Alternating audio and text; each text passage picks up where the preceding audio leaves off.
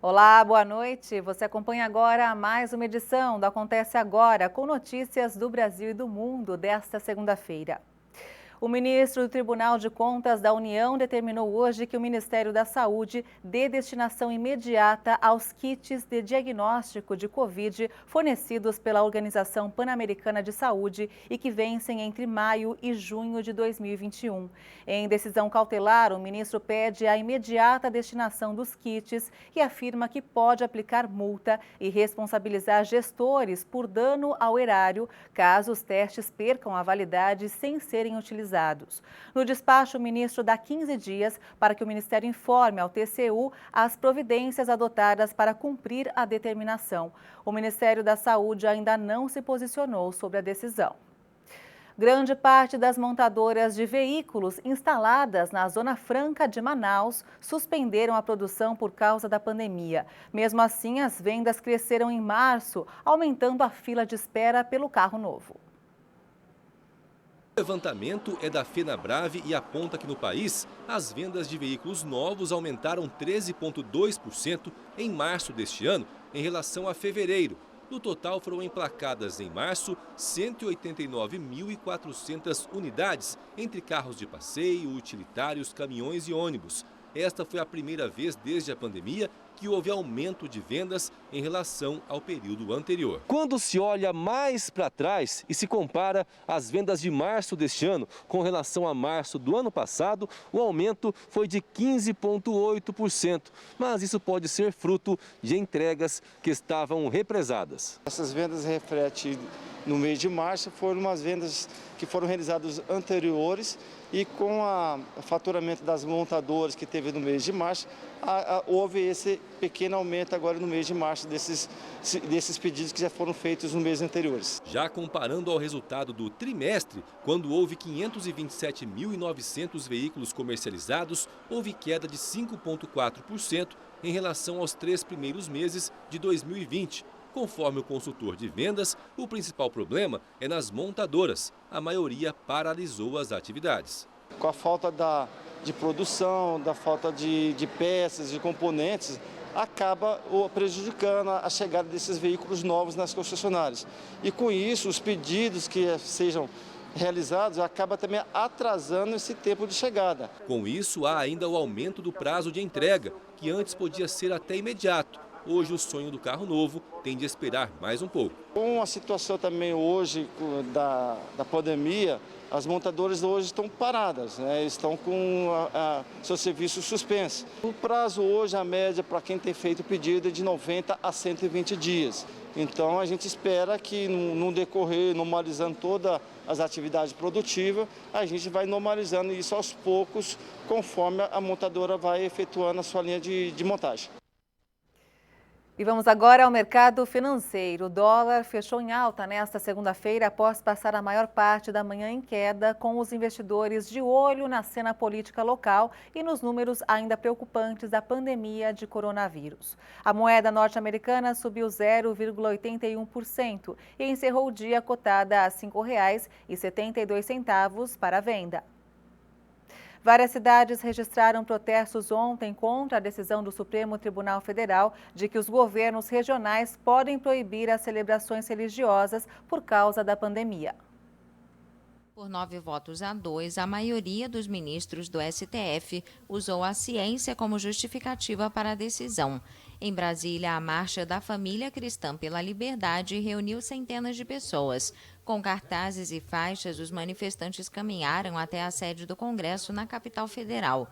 O movimento exige liberdade religiosa e denuncia o que chama de influência comunista. O protesto também apoia o presidente Jair Bolsonaro, que se opõe às restrições. Ele critica os pedidos para que a população fique em casa e entre em conflito com autoridades locais, que impõem medidas de confinamento em uma tentativa de frear o avanço do vírus. A segunda-feira foi de protestos em Roma por causa do fechamento de restaurantes. A medida foi tomada para conter o avanço da pandemia. Centenas de pessoas protestaram na capital italiana nesta segunda-feira contra as medidas de fechamento dos restaurantes por causa da Covid-19. Muitos temem que essas restrições continuem depois de abril. A polícia confinou os manifestantes na Praça Central após bloqueá-los para que não chegassem ao local onde fica o escritório do primeiro-ministro Mário Draghi e onde ocorrem as manifestações autorizadas. Membros da extrema-direita, erguendo bandeiras tricolores, se uniram ao protesto e alguns lançaram garrafas, bombas de fumaça e explosivos contra a polícia.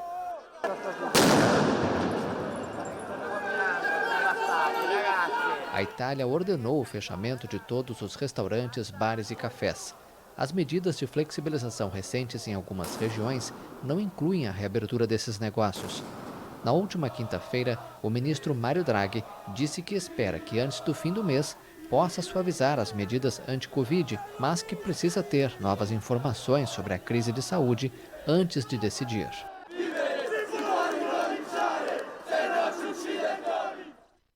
A Índia ultrapassou o Brasil e agora é o segundo país com o maior número de infecções por coronavírus. Foram 168 mil casos em um dia.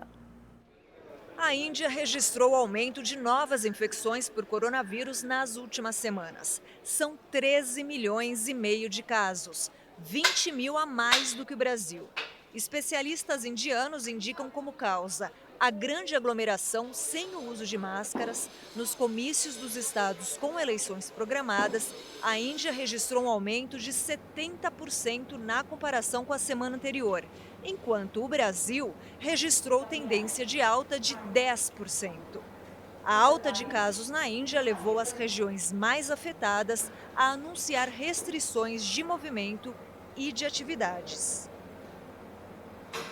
E a Alemanha, que se prepara para reforçar as medidas contra a pandemia, ultrapassou hoje os 3 milhões de casos de contaminação por Covid-19 por causa de uma terceira onda epidêmica considerada pela chanceler Angela Merkel como a mais dura desde o início da crise sanitária. De acordo com o Instituto Robert Koch de Vigilância em Saúde Pública, o número total de casos desde o início da crise de 3 milhões e 11 mil e o de mortos chegou a 78.452. A taxa de incidência nacional nos últimos 7 dias é de 136,4 por 100 mil habitantes, acima do limiar que desencadeia o reforço das medidas restritivas. Após 3 meses de uma lenta campanha de vacinação, a Alemanha acelerou na semana passada com um recorde de quase 2 milhões de pessoas vacinadas em 3 dias. No total, 15,9% da população recebeu a primeira dose da vacina e 6,1% foram totalmente imunizadas com uma segunda injeção. Mas a chanceler Angela Merkel alertou que mesmo a vacinação rápida não era garantia de que novas mutações não apareçam e se espalhem pelo mundo. Neste contexto, a chefe de governo voltou a defender um novo confinamento por um período curto. Berlim planeja endurecer a legislação nacional contra a Covid nesta terça-feira, para poder impor bloqueios ao país como um todo. A alteração da legislação existente quebra um tabu na Alemanha, onde o federalismo concede importantes prerrogativas às regiões na área da saúde. Desde a morte do príncipe Philip na última sexta-feira, homenagens ao marido da rainha Elizabeth II se acumulam no Reino Unido. Hoje, os netos William e Harry publicaram mensagens sobre o avô, que também teve 1 minuto de silêncio respeitado no parlamento britânico. Os príncipes William e Harry prestaram homenagens nesta segunda-feira ao avô Philip, morto na última sexta-feira aos 99 anos. Harry deixou a Califórnia, onde mora atualmente com a esposa Meghan Markle, e desembarcou em Londres para o primeiro encontro com a família real britânica desde que deixou a corte. Em uma mensagem publicada na internet, o filho mais novo do príncipe Charles disse que o avô foi um homem de serviço, honra e grande senso de humor, e que serviu ao país e à esposa rainha Elizabeth II com distinção. Pelo Twitter, o irmão mais velho, William, segundo na linha de sucessão ao trono, afirmou que vai sentir falta do homem extraordinário e que a vida do avô foi servir ao país, à rainha e família. No parlamento britânico, em Londres, 1 minuto de silêncio foi observado em homenagem ao príncipe consorte. O primeiro-ministro Boris Johnson lembrou dos trabalhos realizados por Philip na Marinha Real Britânica na Segunda Guerra Mundial. Devido à pandemia de Covid-19, o funeral vai ser realizado para apenas 30 pessoas no próximo sábado, no Castelo de Windsor. Buquês de flores se acumulam nos portões do local, onde Philip morreu na última sexta-feira. E essa edição termina aqui. Você acompanha outras informações durante a nossa programação.